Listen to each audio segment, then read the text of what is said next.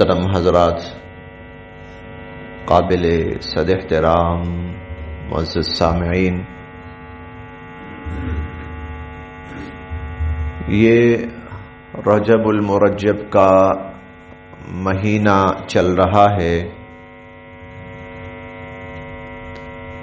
اور بلکہ اس مہینے کے اختتامی ایام چل رہے ہیں اور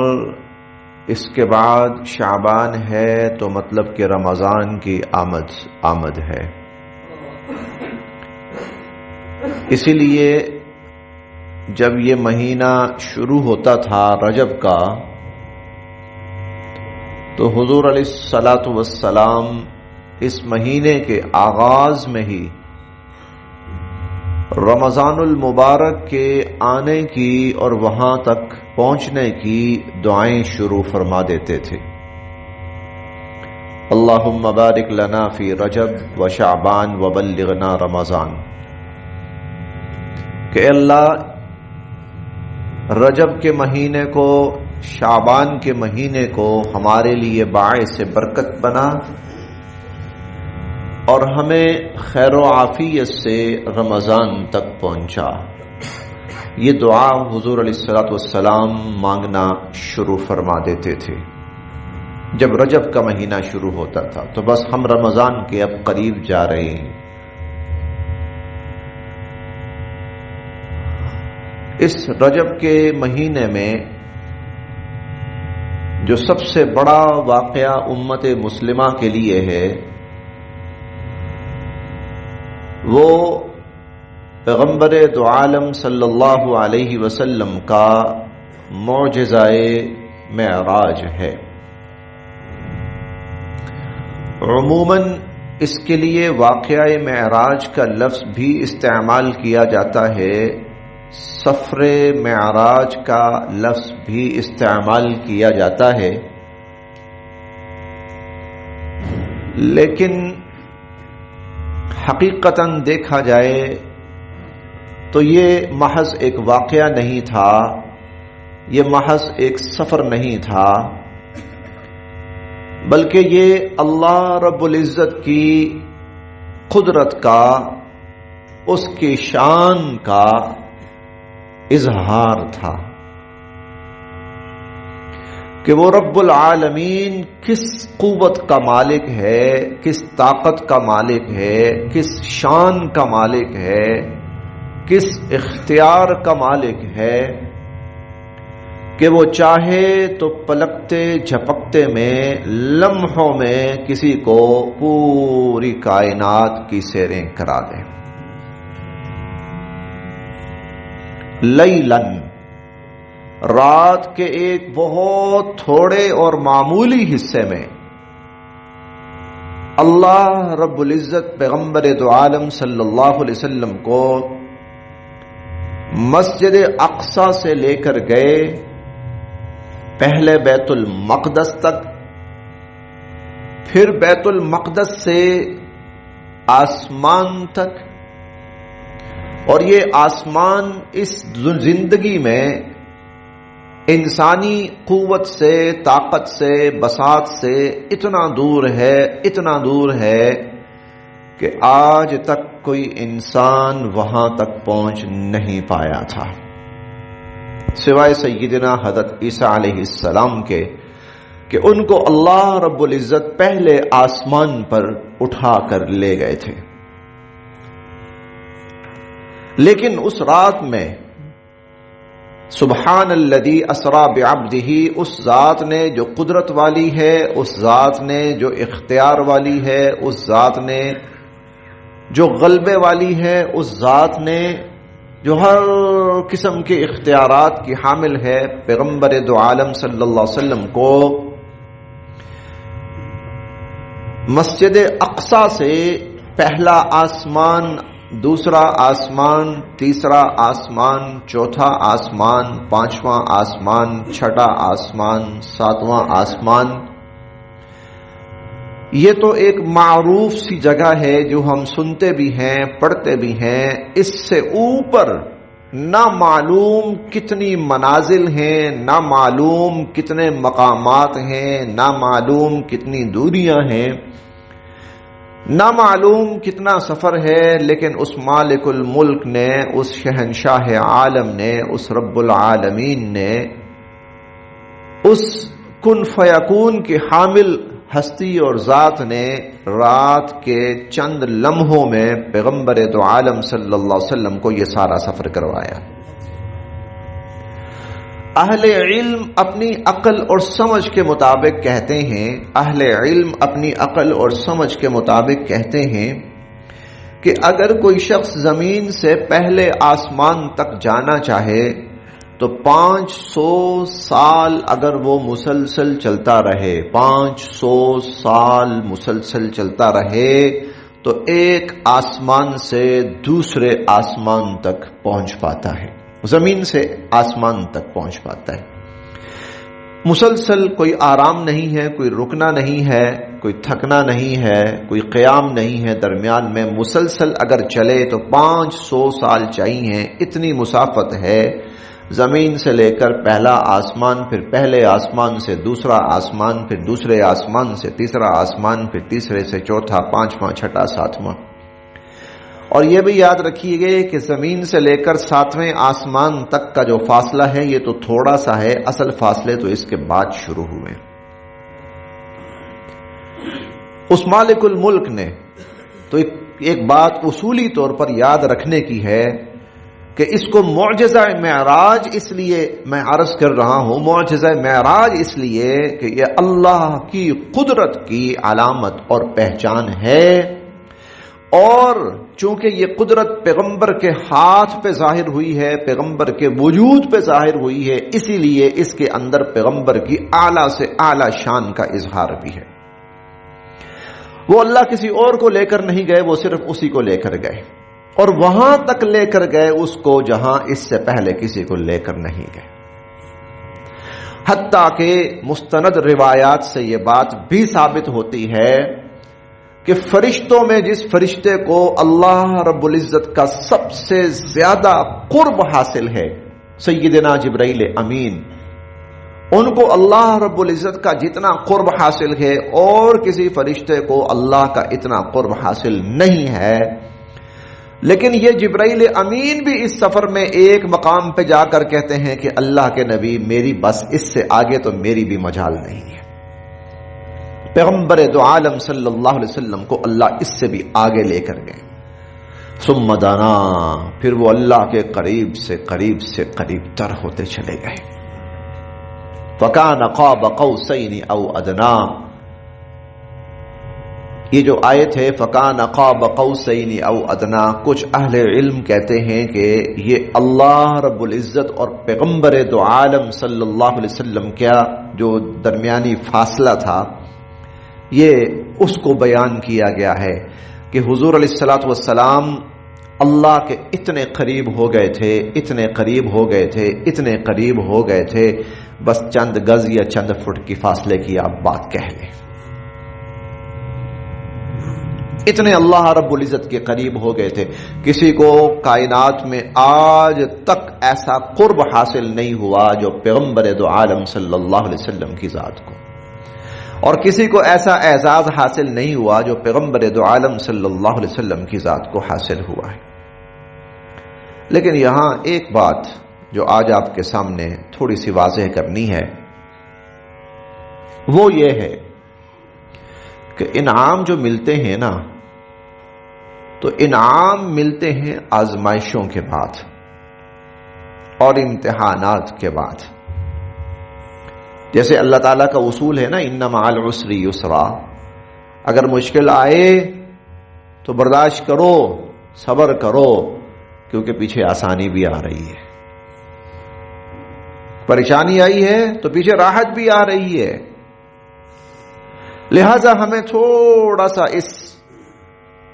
واقعہ معراج، سفر معراج، معجزہ معراج سے تھوڑا سا پیچھے جانا پڑے گا۔ پچھلے 1-1.5-2 سال حضور علیہ الصلوۃ والسلام کی ذات اقدس کے لیے اس قدر سخت تھے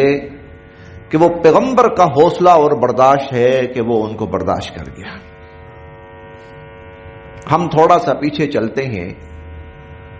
تو سن 10 نبوی ہے، یعنی حضور علیہ الصلوۃ والسلام کو نبوت ملے 10واں سال ہے۔ آپ کی محنت جہاں مضبوط ہو رہی ہے، پھیل رہی ہے، کفار کا ظلم و ستم بھی وہاں پر بڑھ رہا ہے۔ اب کفار کسی فیصلہ کن لمحے اور مرحلے کی طرف آ رہے ہیں کہ اب بات صرف زبانی کلامی روکنے یا تھوڑی بہت مزاحمت کرنے کی نہیں ہے، اب آگے بڑھ کر کوئی حتمی فیصلہ کرنا ہے، کوئی انتہائی قدم اٹھانا ہے۔ اب بات یہاں تک پہنچ رہی ہے۔ اسباب کے درجے میں پیغمبر دو عالم صلی اللہ علیہ وسلم کے اسباب کے درجے میں 2 سہارے ہیں، 2 سہارے ہیں پیغمبر دو عالم صلی اللہ علیہ وسلم کے۔ ایک گھر کا سہارا ہے، ایک باہر کا سہارا ہے۔ گھر کا سہارا کون ہے؟ آپ کی زوجہ محترمہ، ابھی ایک ہی زوجہ آپ کے نکاح میں ہے، سیدہ خدیجۃ الکبریٰ رضی اللہ تعالی عنہا۔ گھر میں وہ ہیں اور وہ عمر رسیدہ ہو چکی ہیں، بڑھاپے کو پہنچ چکی ہیں، 65 سال کے قریب ان کی عمر ہو چکی ہے۔ وہ اس حد تک ہیں، پہلے بھی تجربہ کار تھیں، بڑی سمجھ بوجھ والی تھیں، بڑی فہم و فراست والی تھیں، بہت دانائی والی تھیں۔ مشکل سے مشکل مرحلے میں حضور علیہ الصلوۃ والسلام کو سیدہ خدیجۃ الکبریٰ نے یوں جیسے اپنے بازوؤں سے اور اپنے گلے سے لگایا ہے، آپ کو تسلی دی ہے مشکل سے مشکل مرحلے میں، آپ کو سہارا دیا ہے مشکل سے مشکل مرحلے میں، آپ کے قدم سے قدم ملا کے چلی ہیں، آپ کی شانہ بشانہ، لیکن اسلام کی حدود کے اندر۔ کوئی مشکل آئی ہے تو پیغمبر دو عالم صلی اللہ علیہ وسلم اللہ کی ذات کے بعد اسباب کے درجے میں جس کے پاس آئے ہیں وہ سیدہ خدیجۃ الکبریٰ رضی اللہ تعالی عنہا ہے۔ اور سیدہ خدیجۃ الکبریٰ رضی اللہ عنہا نے اس وقت بیوی کا کردار بھی ادا کیا، شریکہ حیات کا کردار بھی ادا کیا، اور خدیجۃ الکبریٰ رضی اللہ عنہا نے اس وقت ایک ماں کا سا کردار بھی ادا کیا۔ تسلی دینی ہے، سہارا دینا ہے۔ اللہ ویسے ہی جبرائیل امین کو نہیں بھیجتے تھے، اے جبرائیل جا، پیغمبر غار حرا میں ہیں، خدیجۃ الکبریٰ رضی اللہ تعالی عنہا عمر تقریباً کوئی 55-56 سال کے قریب ہے، بڑھاپا آ رہا ہے، اور یہ خاتون کھانا اٹھا کر غار حرا میں پہنچانے کے لیے آ رہی ہے۔ غار کی اونچائیاں بلندیاں چڑھتے چڑھتے تھکتے ہوئے ہانپتے ہوئے آ رہی ہے۔ اللہ جبرائیل امین کو بھیجتے ہیں، جاؤ پیغمبر دو عالم سے کہو خدیجہ آپ کے لیے کھانا لا رہی ہے، آئے تو اسے کہیے اللہ بھی آپ کو سلام کہتے ہیں، جبرائیل بھی آپ کو سلام کہتے ہیں۔ ایسا ہی نہیں ہے، ایسا ہی نہیں ہے۔ اپنی زندگی کے آخری لمحات تک پیغمبر دو عالم صلی اللہ علیہ وسلم اپنی اس زوجہ محترمہ کا ذکر کرتے رہے، حالانکہ یہ دنیا سے پردہ فرما چکی تھی، دنیا سے جا چکی تھی، دنیا سے پردہ فرما چکی تھی۔ پیغمبر دو عالم صلی اللہ علیہ وسلم کے ذہن پر ان کے احسانات کا پورا بھی تصور ہے، لیکن سن 10 ہجری آتی ہے، کفار کا ظلم بڑھ رہا ہے، اللہ کی تقدیر، اللہ کا فیصلہ کہ پیغمبر دو عالم صلی اللہ علیہ وسلم کا یہ دنیا میں ایک ظاہری اسباب کے اعتبار کا جو سہارا ہے، اللہ اس کو اٹھا لیتے، اللہ اس کو اٹھا لیتے ہیں۔ کچھ وقت گزرتا ہے تو ایک دوسرا سہارا ہے، یہ باہر کا سہارا ہے، یہ پیغمبر دو عالم صلی اللہ علیہ وسلم کے چچا محترم ہیں حضرت ابو طالب. جب 8 سال حضور علیہ الصلوۃ والسلام کی عمر مبارک تھی تو 8 سال کی عمر میں آپ کے دادا جو آپ کی پرورش فرما رہے تھے، دادا دنیا سے پردہ فرما چاہتے ہیں، تو اس 8 سال کے معصوم بچے کو اپنے سینے سے بلکہ اپنے کلیجے سے لگانے والی جو ہستی ہے وہ حضور کے چچا ابو طالب ہیں. اب حضور ان کے گھر میں پل رہے ہیں، بڑے ہو رہے ہیں، پرورش ہو رہی ہے. چچا ساتھ ساتھ رکھتے ہیں، محبت، عقیدت، احترام. حتیٰ کہ چچا اگر کہیں باہر کے دور کے سفر پہ جاتے ہیں تو چچا اپنے اس بھتیجے کو اپنے ساتھ لے کے جاتے ہیں. ہما وقت کفر کوئی انتہائی قدم نہیں اٹھا رہا پیغمبر دو عالم صلی اللہ علیہ وسلم کے خلاف.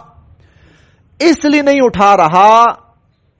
کہ عرب کا ایک بہت بڑا نام، ایک بہت بڑی ہستی سیدنا حضرت ابو طالب پیغمبر دو عالم صلی اللہ علیہ وسلم کے سامنے چٹان بن کے کھڑے ہیں. کسی نے آنا ہے تو پہلے میرے پاس آئے گا، پھر میرے بھتیجے تک جائے گا. یہ اسباب کے درجے میں دوسرا ظاہری سہارا ہے. سندس نبوی ہے، پہلے سیدہ خدیجہ پردہ فرما گئیں، وفات پا گئیں دنیا سے، اور پھر سیدنا ابو طالب دنیا سے پردہ فرما گئے، وفات پا گئے. پیغمبر کی ذات پر دکھ ایسے ٹوٹے ہیں، غم ایسے ٹوٹے ہیں کہ پیغمبر دو عالم صلی اللہ علیہ وسلم نے انسانیت کو کہا، صحابہ کرام کو کہا کہ یہ جو سال ہے یہ سال میرے لیے عام الحزن، غم کا سال ہے. ورنہ لوگ آتے ہیں جاتے ہیں، حادثے ہوتے ہیں. تاریخ انسانیت میں انبیاء علیہم السلام تشریف لائے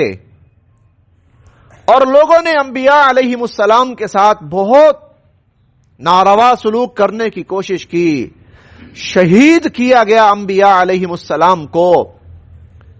ایک دن کے اندر کئی انبیاء علیہم السلام ظالموں نے شہید کیے. لیکن تاریخ انسانی میں کسی دن کو عام الحزن نہیں کہا گیا، غم کا سال نہیں کہا گیا. غم کا سال پیغمبر دو عالم صلی اللہ علیہ وسلم کی حیات مبارکہ میں ہے کہ آپ کے ظاہری اسباب کے درجے میں جو سہارے ہیں وہ ایک ہی سال میں دونوں کے دونوں دنیا سے پردہ فرما گئے. مکہ کی سرزمین جو پہلے ہی بڑی مشکل تھی، مکہ کی سرزمین پیغمبر دو عالم صلی اللہ علیہ وسلم پر اور مشکل ہو گئی. کفار جو 2 بڑے ناموں کی وجہ سے کہ آپ کے گھر میں کائنات کی بہت مقدس مبارک پاکیزہ خاتون ہیں، طاہرہ خاتون ہیں، وہ تھوڑا سا جھجکتے تھے، حیا کرتے تھے. اور آپ کے علم میں ہوگا کہ سیدہ خدیجہ وہ خاتون تھی کہ جب وہ دوسرے خاوند سے بیوہ ہوئی ہیں تو عرب کا ہر صاحب حیثیت شخص یہ امید کرتا تھا اور یہ توقع رکھتا تھا کہ میں نکاح کا پیغام بھجواؤں اور سیدہ خدیجہ میرے نکاح میں آ جائے. لیکن اللہ نے پیغمبر دو عالم صلی اللہ علیہ وسلم کے لیے ان کو مقدر فرما دیا تھا. حتیٰ کہ عرب کا بہت بڑا نام، عرب کا بہت بڑا نام، بہت بڑا صاحب علم شخص، تورات اور انجیل کے علوم کا ماہر شخص ورقہ بن نوفل، سیدہ خدیجہ رضی اللہ عنہا کا چچا زاد بھائی، وہ بھی اس امید میں تھا کہ خدیجہ میرے نکاح میں آ جائے. لیکن پیغمبر دو عالم صلی اللہ علیہ وسلم کے لیے اللہ نے ان کو مقدر فرما دیا تھا. تو سیدہ خدیجہ کا وجود تھا کہ عرب کے لوگ ابھی پیغمبر دو عالم صلی اللہ علیہ وسلم کے خلاف کوئی بڑا قدم اٹھانے کی ہمت نہیں کر پا رہے تھے. اور باہر سیدنا ابو طالب کا وجود تھا کہ ایک ڈھال بنا ہوا تھا اور کفار پیغمبر کی ذات تک اس طرح نہیں پہنچ پا رہے تھے. اب یہ دونوں ظاہری سہارے اٹھ گئے. مکہ کی سرزمین اور مشکل ہو گئی. یہاں پہ آ کر پیغمبر دو عالم صلی اللہ علیہ وسلم نے سوچا مجھے اب مکہ سے نکلنا چاہیے, مجھے قرب و جوار کے علاقوں میں جا کر اب وہاں تبلیغ کرنی چاہیے, ان لوگوں کو اسلام کی دعوت دینی چاہیے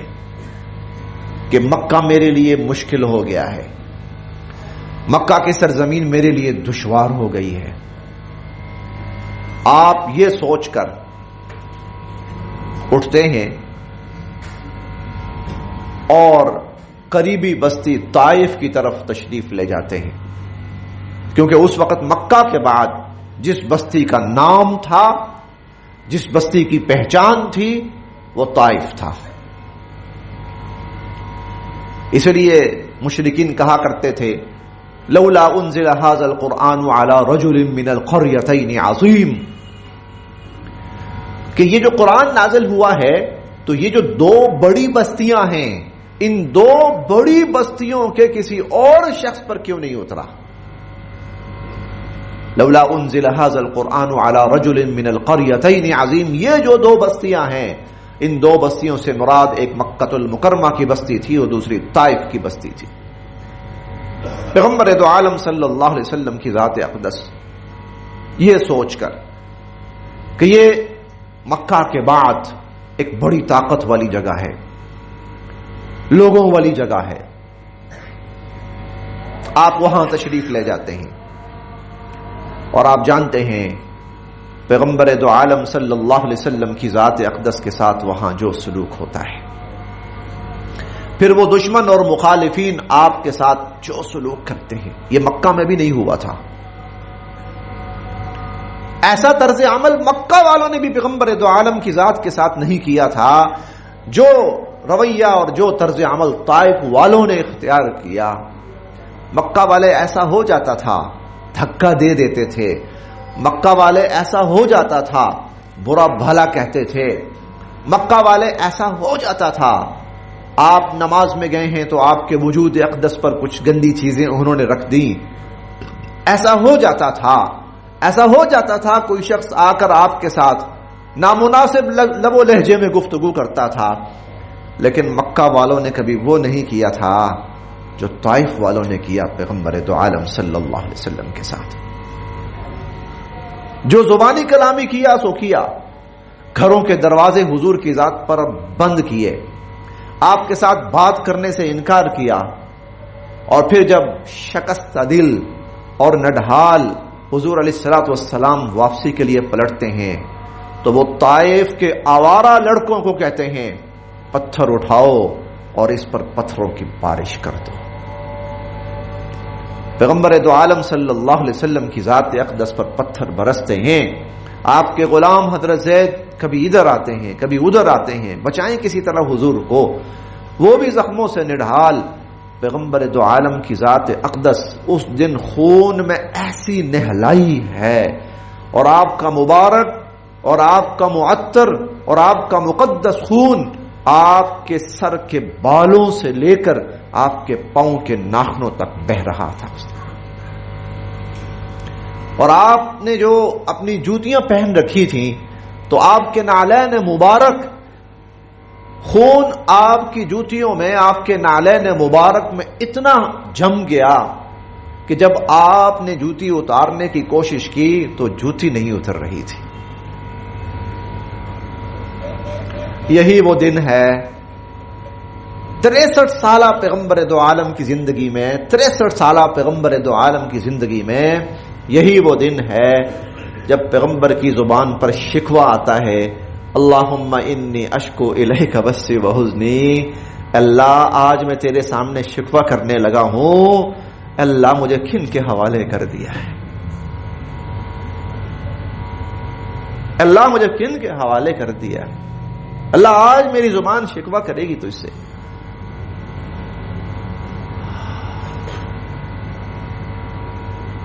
پیغمبر کا جگرا کیا ہوتا ہے، برداشت کیا ہوتی ہے، لیکن آج بس ہو گئی، آج بس ہو گئی۔ بدترین دشمن پیغمبر دو عالم کو دیکھ رہا ہے، آج اس کو بھی ترس آ گیا، اپنے غلام کو کہتا ہے جاؤ وہ جو زخمی پڑا ہے نا، جاؤ اس کو جا کر